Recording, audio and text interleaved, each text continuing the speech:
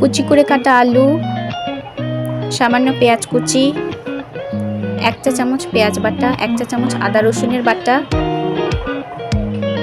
1 চা চামচ শুকনো মরিচের গুঁড়া, 1 চা চামচ হলুদ গুঁড়ো, 1 চা চামচ জিরার গুঁড়া নিয়ে নিচ্ছি।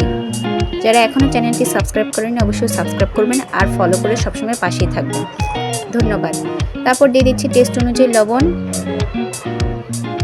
তারপর দিয়ে দিচ্ছি 5-6টা কাঁচামরিচের ফালি। এরপর খালি হাতে ভালো করে মথে নিচ্ছি, তাহলে মশলাটা আলুর সাথে ভালো করে মিশে যাবে। এই পর্যায়ে দিয়ে দিচ্ছি 1/2 কাপ পরিমাণ তেল।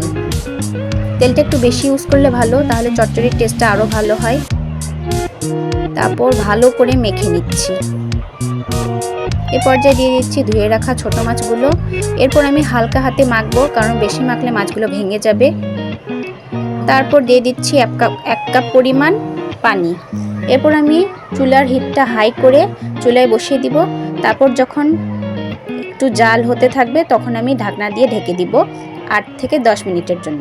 তারপর ঢাকনা তুলে যখন পানিটা একটু লাগা লাগা হয়ে যাবে, তারপর এই পর্যায়ে দিয়ে দিব একটা গোটা টমেটো কুচি। তারপর আবার 1-2 মিনিটের জন্য আমি ঢেকে দিব।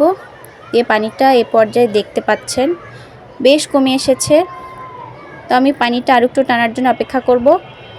আর রান্নার শেষ পর্যায়ে আমি দিয়ে দিচ্ছি কেটে রাখা ধনিয়া পাতা কুচি। এতে করে চচ্চড়ির টেস্টটা খুব ভালো হয় আর খেতেও খুবই মজা লাগে গরম ভাতের সাথে।